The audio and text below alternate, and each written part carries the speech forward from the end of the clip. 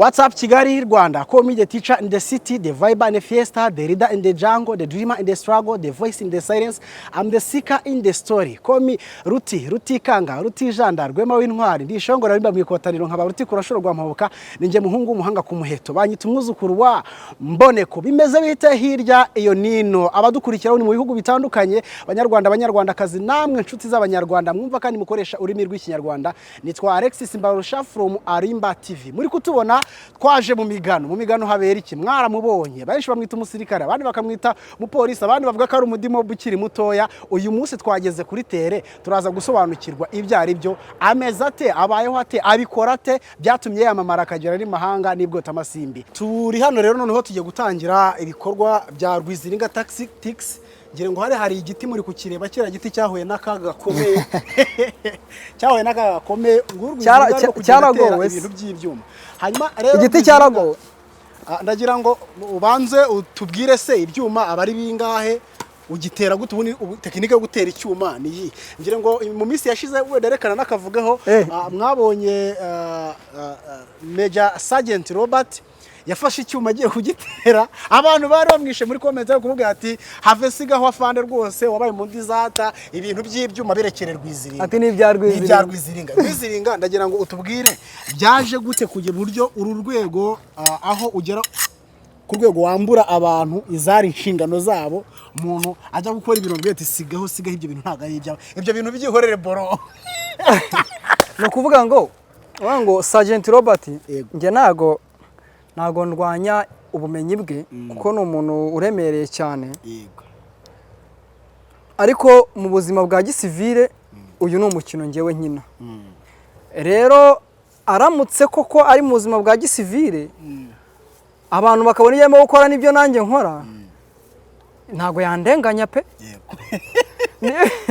niba murwanya bamburanira nge ni umukino nyine rero kuba babona ibyo arimo gukora bakamurwanya bati ni bya Rwiziringa ntabwo yandenganya ariko respect kuri wafite nyine afite ubumenyi kuko aranakuze afite ibintu byinshi azi nge ntazi kandi n'umusivile n'ahantu muriye nawe kandi abantu bakwita umusirikare oya ntabwo ndomusirikare umudimo reka ntabwo nabyemera ese wabyakiriye ute warabibonye ako kavideo warakabonye mwango akavideo nakabonye uko nagize n'ikintu nkavugaho na postinze video nanjye mbivugaho mbabwira iriya technique yakoresheje yo gutera ibyuma ko yakoresheje military half spin yego atera ibyuma nabivuze ariko nta bindi birenze byo kuvugaho no kuvuga kuri technique yakoresheje naho kuba nahangana nawe byo ntago nabishobora yego.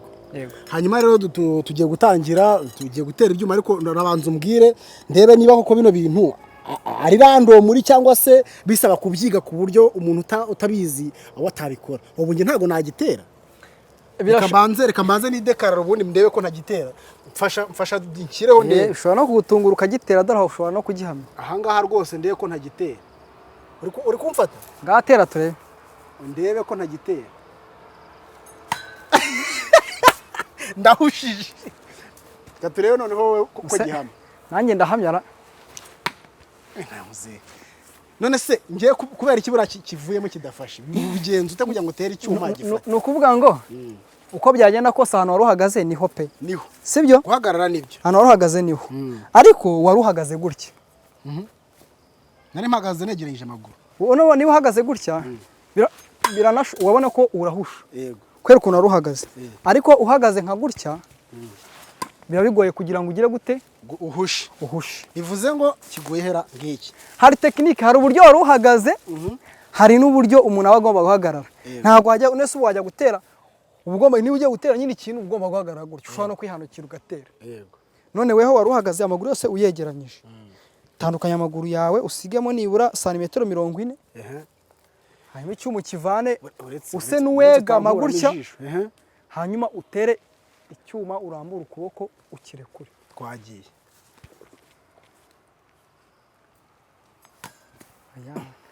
ese kumeze gutya ubusivile ndi gutinya ko kigaruka kikankuramo amenyo nwango rero ikindi kintu yego ngewe hano ukuntu mpagaze ndi kuyibona reba akaboko mfatishije bivuze ngo wenda ngiye mpagaze mu moso kako nkoresha imoso sibyo ukoresha imoso bivuze ngo uhagaze gutyo niba ukoresheje nicyo none icyo nakirekuye ukire kurira hagati wana kukikubiseho ariko kubera ko nshobora kuba cyanyereye mu ntoki gise kigwa urabona niba uhagaze gutya umenya making sure neza ko icyuma kitava hagati mu ntoki zawe. Ukirekura gihita kigenda. Ukirekura cyagiye. Yego. Okay, twagiye. Iyo kigucitse mbere ntago gihamye. Ukirekura gihita kigenda. Twagiye. Kandi 1 2 3 namuze. Akare ko nigeze kugihamya. Cyara accident. Wabonye ko gihamije? Hari ni technique rero bita iriya turimo gukoresha bayita full spin. Full spin. Ya ni full spin. Yego. Iyo ngiyo dukoresha ni full spin. None hari iyo bita no spin. No spin ni gute? No spin icyuma urabona twari dufashe gutya aka gato. Kumurizo wacyo. Yego. No spin rero ufata icyuma gifatira hagati na hagati gutya. Wabonye ikiganza ukuntu kiteye? Ndi kukibona. Icyuma rero giteye. Urabona kuri twateraga cyagiraga gutya. Kikaragaga. Ubu none iyo tugiye gukoresha ntago kikaraga. Kigenda gutya. Nuguyitera gutya. Uragitera kigereyo cyafasha. Kitikaraze. Niba uteye ugitera we kigende ukunguku. Ku buryo niba ugiteye urayo kikarazeho gato gita kigwa. Gita kivamo. Ariko niba ushaka ko kitikaraga. Iyo kikaragaho gato gita kigwa. Ngava mbikwereke rero. Kino kiguwe hera nta kigwema aho ngaho. Yego. Cyafashe. Warebye? Uretse nayo kino gitere. Ni kikaraga na rimwe. Aya. Ni kikaraga ntago bikunda. Gerageza uburyo bushoboka icyuma nushaka ugisunikisha intoki zawe gutya. Wabonye? Ugerageze ugisunike. Apana kugikaraga. Ku buryo kigerayo kitari cyagira gute? Kitari kikara. Ese muri iyo baga yawe haba harimo iki? Nabyo nibagiye kubikubaza. Iyi baga yanjye rero. Baga yawe birimo ibiki? Iyi baga yanjye udukoresho twose nshobora gukenera. None se uwo numukeka no kuryamaho ni iki? Naho kwiyaranja igihe byaye ngo bakuruha uri mu kazi. Iyi ngiyi bayita field mattress. Field mattress? Yeah. Matera y'agasozi. Iyi ngiyi no ku mazi ushobora kuryamaho ugasinzira nta kibazo kimufite. Aha, komeza ukore. Tuye ko iyo ngiyo bayita no spin. Wapi zero. Wapi. Mfitemo akantu kakoba. Ese ntabwo uratera icyuma kikagaruka kikagukubita? Kirankubita cyane. Wabonye? Ntabwo icyuma kigomba kwikaraga kigenda uko cyakabaye dore ngikirari. Ngiye ndabona tugiye kubiva bo birananiye pe. 1 2 3 0. Ariko impamvu uri kuhegera cyane. Vayo. Dore ngaha. Uri kuhegera cyane. Dore ngaha. Hano. Hagarara. Sinagihamije se. Ngibi nabikoze. None dutere bibiri bitere wenyine. Yego. Wana kimwe kirafashe muri full muri no spin. No spin. Ya. Kuki babyita no spin? Nukubera ko no spin nyine uba ugize ntago spin ni akakana. Spin ni akabuno k'icyuma. No rero ni gutya. Udafashe ku half spin ni gutya. Hagati mu cyuma. Hanyuma habaye icyo bita military half spin ni ingi. Military half spin ari nayo afande yakoresheje. Yego. Military half spin. Kuki bayise military? Nuko ikoreshwa n'abasirikare gusa. Ikoreshwa n'abasirikare. Nta musivili wayikoresha se cyangwa abandi bo mu zindi nzira. Nanjye ndayikoresha kandi ndi umusivili. Okay, ngigire ngo wenda kubabizi mwaza no kurushaho kugenda mugira ibindi muvuga se ibyo uyu musirikare wacu ari we bita Rwiziringa ibyo ari gukora nibyo. Tugiye ku kindi gice rero iki ndabona ariko kuba nawe uhamije naho ndi inkota. Wahamije. Ariko ikindi kintu tugiye gukora? Ubu wewe ugiye kutwereka ukuntu baca hejuru y'amazi. Ngiye kubereka ukuntu baca ko ntazi koga. Kandi ugiye kuyasha hejuru. Reka tuze tubigerageza turebe. Birandambiye kujya mbona abantu baza kunsura hanyuma bakagenda bagira gute. Akaba n'ingi uca hejuru y'amazi ngenyine.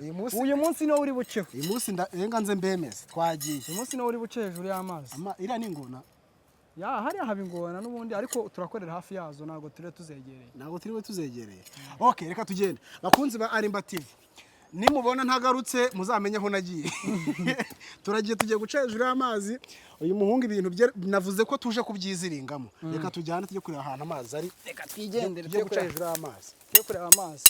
Okay, tuvuye rero ku mukino wo gutera ibyuma nagerageje nteramo kimwe nateye byinshi ariko nafashishije kimwe yababwiye uburyo ki abikoramo. Sasa rero tugeze ku gace ka kabiri noneho agace ko kurira cyangwa se kwambuka aya mazi akoresheje umugozi. Ukuntu yabigenje abanza akazirika hakurya umugozi yarangiza akaza akanazirika hano hakuno none ho umugozi yarangiza akambuka ngera uko muri kumubona hari utuntu bari kugenda yikorera gake gake. Hanyuma rero tugiye kureba ese abigenza ate aho ntagiye kwikubitamo ngire ngo ubushize bwo wenda mwagiye mumubona ku mbuga nkoranyambaga ze haba kuri TikTok kuri Instagram abikora yambuka. None reka turebe kuko niba araza kongera kwambuka akabishobora. Ese Rwiziringa ahantu aza kwambuka muhungu we ahantu nagugiye Banyarwandakazi bakunzi ba Arimba TV reka tuze turebe ubundi se tekinike yo kwambuka utaranambuka ubigenza ute? Yego kuri umugozi ese mama nukugenda ukuruza inda nukugenda bukeri wambuka gute kugira ngo nyine umuntu yambuke ku mugozi nkakurya mu kanya wenda nugera hano kabinyereka nawe ndambuka nzara hakurya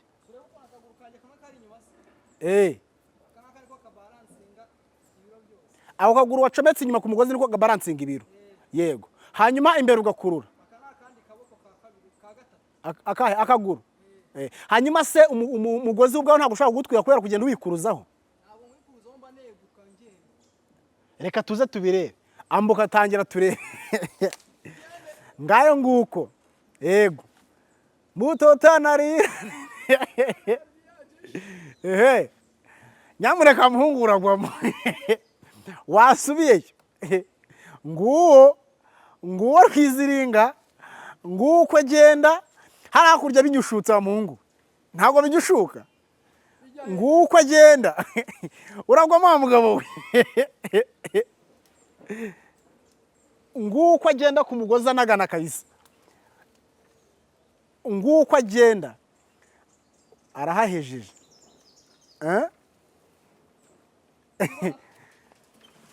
ewana ugahita ukandagira kira mana data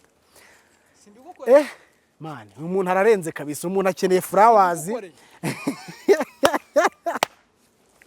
Nijye utahiwe sasa nanjye hana bintu byo gutindayo yego none se ubigenza ute? Nuba kara kagozi we ubanisha kano kaguru k'inyuma yego uba umeze gutya sibyo akaguru k'inyuma yakabanye rero yego kaba kameze nkuko nyine ufata gutyo uko yego iyo ugenda ugakurura gutya iyo ugenda ukuruza amaboko yego iyo ukurusha amaboko wita weguka nyine nago ukomeza ngo uryame ku mugozi yego ufata amaboko ukegura inda warangiza ugasunika kijya imbere ufata amaboko ukeguza inda ikintu gatugikuruka kiyegereza ugatongera ukirampa ugafata hirya yawe nyibuze ngo urigenda gutya ko nago indi bivuze ngo noneho tutangiye kubona agaciro kiziga icyo zikora ga ikintu zimara uyu mugozi neranjoma nago ari umugozi usanzwe winuza ukora bino wa bayita ngo ni one rope bridge umugozi ikiraro cy'umugozi umwe yego rero uyu migozi nago ari ikoreshwa kana kagozi gato cyane iyo abasirikare cyangwa abapolisi wenda bakoresha cyase izindi nzego z'imitekano zikora ibi bintu bakoresha umugozi munini ubyibushye yego none kano ni gatoya biragaragara ko gashobora kunkomeretsa niyo mpamvu nyine nkoreshaga yego ariko ari umugozi munini uba woroshye umeze nk'ikiringiti nagenda nacyoza urakurura ukagenda bigakunda. Hanyuma ni ibihe bintu umuntu ushaka gukora bino bintu cyangwa se ibintu byibanze ugomba kumenya mbere yuko utajya kujya gukora uno mwitozo wa one rope bridge? Mbere yuko ukora umwitozo wa one rope bridge ikintu cya mbere ugomba gukora no kwanza kumenya ko ukora amapompage amaboko nyine akomeye afite mu tubaraga nyine ku buryo uzakurura niyo ukurura ariko kuba wishyira none ukurura ibiro byose bivuze ngo icyo gihe ni nko kurira nyine hejuru yego bivuze ngo amaboko agomba kuba akomeye amaguru nayo akomeye ku buryo akaguru nyine kasunika koko kakagenda hirya none uko ufite ukora na abdomen yego ko niba mfashe gutya nkakurura mitaneguka yego iyo neguse mitawanya nkarambura inda nye nkirambura nkongera nkakurura nkeguka udafite mu nda hakomeye nanone nago byakunda ko weguka wagenda ukubina ntange ufite utuntu tw'utunure dukeya ubwo zahitucamo gutya bakasangamo hani hanyuma akara kaguru ko kaba kari gukora iki kari nabonye uri gusubiza inyuma bambwiraga ati aka kaguru kari urumva ni balance y'ibiro bivuze ngo hano niba hatarimo umwanya ushobora gufata umugozi ngo emere gutya uyu akaguru niko kaba kakoze V, umugozi uba ufashe muri V muri V y'akaguru. Yego. Hanyuma kari akaguru kandi ko kaba kamara gukora iki? Kari akaguru urakarekura Nk'ibaba. ni nk'ibaba kabise. Kaba kari kuguruka. Biba bimeze gutyo. Yego. Okay. Ngira ngo ndashaka tugenda no kujya kora mwitozo kuri ahangaho amaboko ndayamanitse nk'ingabo itsinzwe. Abanyarwandakazi ndacyafite byinshi byo kubereka kuri Arimba TV. Ari abantu benshi dufite bo kubazanira kuri Arimba TV bakabaganiriza ku nzira yabo. Nje ntabwo ngiye ku mugozi ntagwa muri ayo mazi cyane ko amazi burya nta nkomera agira nta n'ikimuga agira. Nyaguyemo rero ushobora kuba ubuzima bwanjye bwa burangiye ko nta nubwo nzi koga. Ndagira ngo rero dukomeze ku mwitozo wa kabiri wo ndaza kugeragezaho gukoraho ura mwitozo wo kurira. Ura mwitozo ukoresha technique bayita double dragon. Double dragon. Yes. Yego. Ni double dragon ladder, urwego nyine rukoresheje imigozi iboshye mu buryo bwa double dragon. Ibyo ngibyo nibyo tugiye kureba.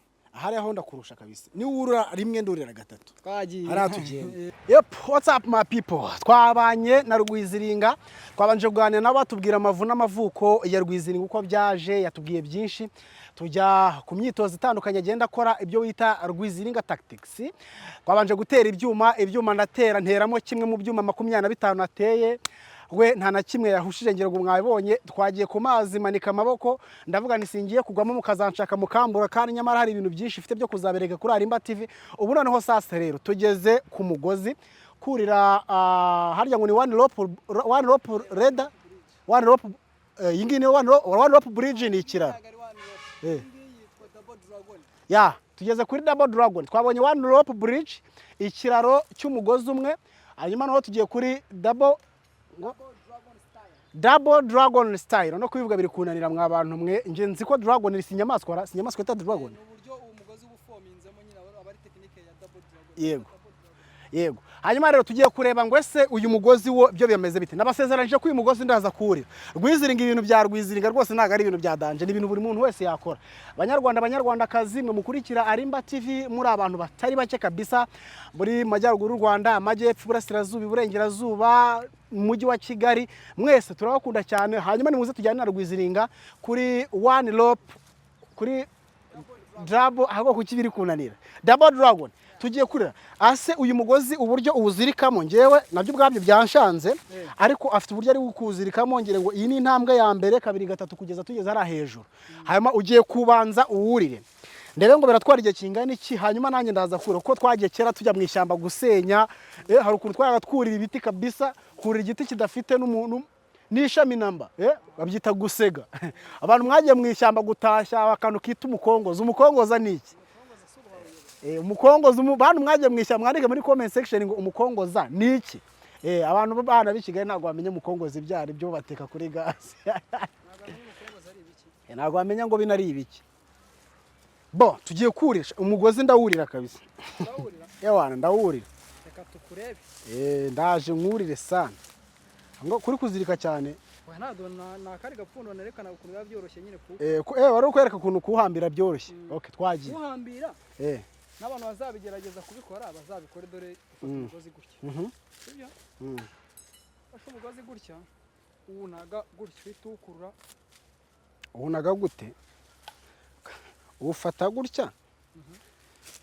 Gutya. Hanyuma ukawugira gutya ukawunaga gutya. Komano bifandafanditse se. Si gutya se. Si ipfundo sindishyizemo se. Si gutyo wana ibintu ukoze ntago yibaho. Je mweretse uburyo bikorwa uzana ibyawe. Mfashe umugozi gutya. Sibyo? Uko. Umugozi nkunaza gutya mita ngufata gutya mita nkuru. Tuberekere Rwiziringa. Reka tujye kuwurira byo nibyo ndaza gukora. Ibyo kuzirika byo nzabyitoza twagiye. Kurira nibyo tugiye gukora. Umugozi urajya kurira barana ko izi double dragon formation. N'uburyo bwonyine bworoshye bwo kurira ukoresha umugozi mu gihe gitari kinini. Yego urabona ko igitari kinini. Ni kinini kabisa. Ya iyi migozi rero uburyo bworoshye bwo kuyurira ucengezamo ikirenge ahangaha. Sibyo? Yego. Si uburyo bugaragara. Yego. Ugakoresha za mbaraga nakubwiye ugomba gukoresha zituma uba ufite imbaraga mu maboko. Yego. Uburyo ni pushing uzamuka. Amaboko agomba kuba afite stability kabisa akomeye. Yego. Kwana nk'ubu ngize gutya akaguru kagomba kugira gute kwinjiramo kagomba kujyamo kaba katagiyemo neza ko mfite imbaraga nyinshi mu maboko nkahita nzamuka yego Rwizera ubusanzwe ugira ibiro bingahe ubusanzwe ibiro 65 niyo mpamvu uri kuwurira je mfite ibiro 85 ngunda kurusha ibiro bingahe none se ubwo mu gihe umugozi utacitse ikibazo ni ikibiro byawe cyangwa ibyanyu ikibazo ni umugozi nekane kugufasha na mwikuriramo n'intoki nta kibazo bafite ngo Rwiziringa arawuriye ugeze hejuru wageze hejuru ugera hejuru uvemo ugera hejuru oya angahe birahagije abirajwe ko kurira n'ubu nabona hasigaye utundi tuntu za tunomero biroroshye no kukwereka ko kugera hejuru byoroshye nkiriwe nca ku giti hejuru yego si byoroshye subanye ubwo ibyo birabaye bino birabaye si ibyo ngibyo warimo gukora mbo akaguru uba ufite imbaraga nyinshi mu maboko ku buryo bw'isayidire mu gihe byanze ukishyiriramo ukoresheje akaboko ni ukubanza ukagira utya angiza ukazamuka ugafata umugozi nibyo angiza ukazamuka gutya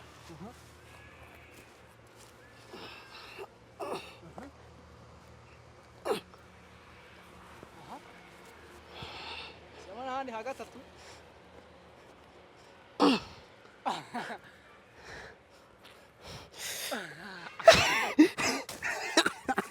ubwa mbere biranze wumva nashyizemo sininjizamo neza nongere nsubire hano yimbanjemo akahe naka ongera ugerageze turebe mbo naringiye kabisa hari igikweto kinini mfite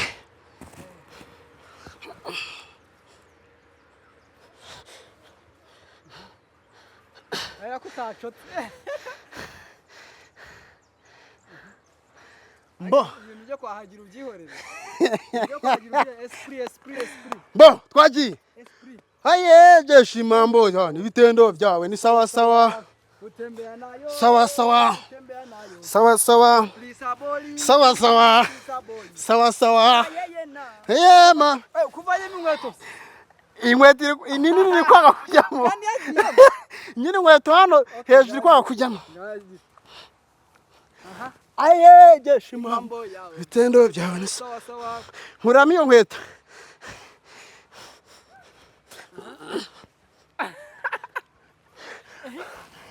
komeza aye haraka yego akira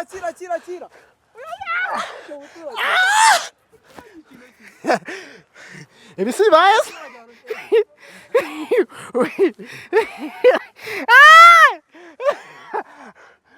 manuke ngawaruka tuye ushyiramo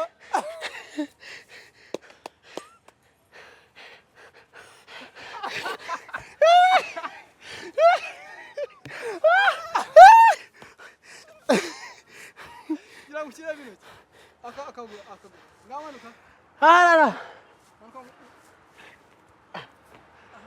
ego do usika bana baye manuka no tuvana makaguru kamwe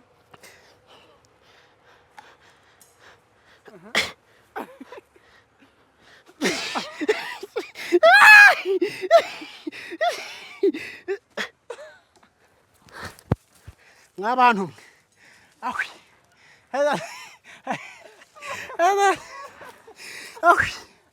heza tuwe ariko zakwarundi intoki abanyarwanda hagiye ushize ayo datuwe ni mube flowers ayo datuwe ariko no awi urumva bimeze bite subirayo ntabwo najyayo ngo iyo ari training rero ugomba gusubiramo kandi nka gatatu kumbaraga nyinshi cyane uzamuka muturage uzamuka hejuru ewe data we inyama za hano ko zindiye uzabyuka ejo wumva bimeze naje muri Rwiziringa tactics ikiganiro cyitwa inzira yanjye nk'abantu wa mungana wawe rero nanjye nkundisha abantu bashaka kujya muri Rwiziringa Tactics muri vacation bajye baza mu rugendo shuri nabo bige. Niba wibwira ko ibintu Rwiziringa akora byoroshye uzaze ubikore. Azaze rwose. Uzaze baba we. Umugongo. Ese shaka ndeba nuriye rimwe. Nka numva amafera ashize. Bazubikora buri munsi nkuko mbikora.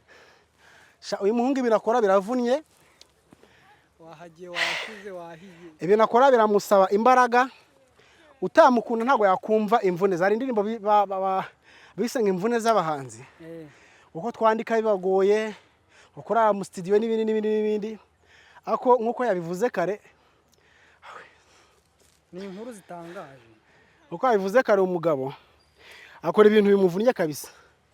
Yamuvuna baba we maboko arahinda kanyako. Urashize.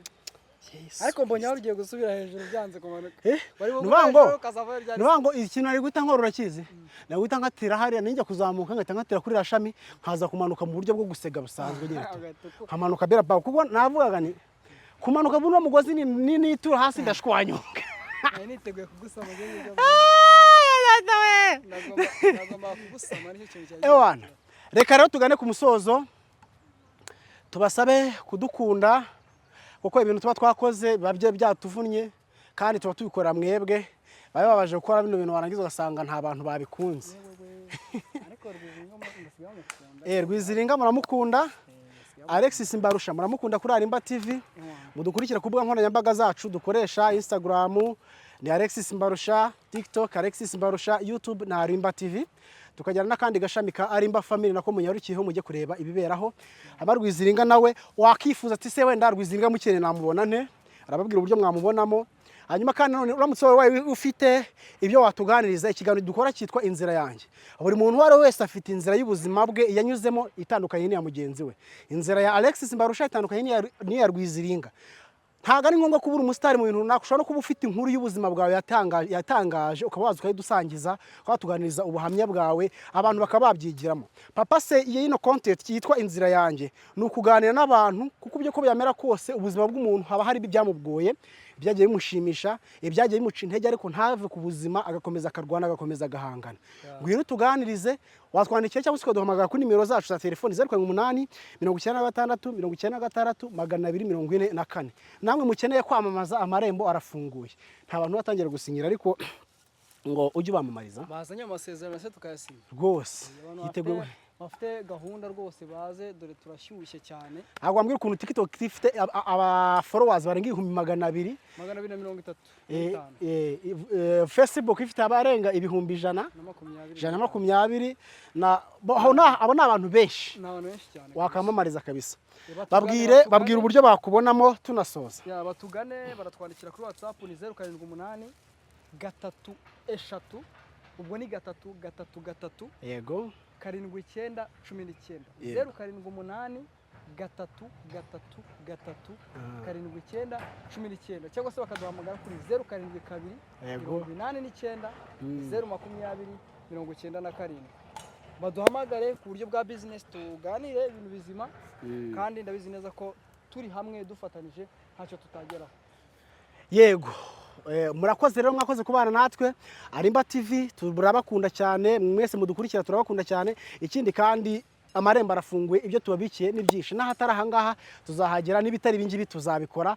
Amahoro y'Imana akomeza bane namwe. Thank you for being with us Arimba TV turabakunda cyane. Asante sana guys mukomeze mukore subscribe kuri Arimba TV.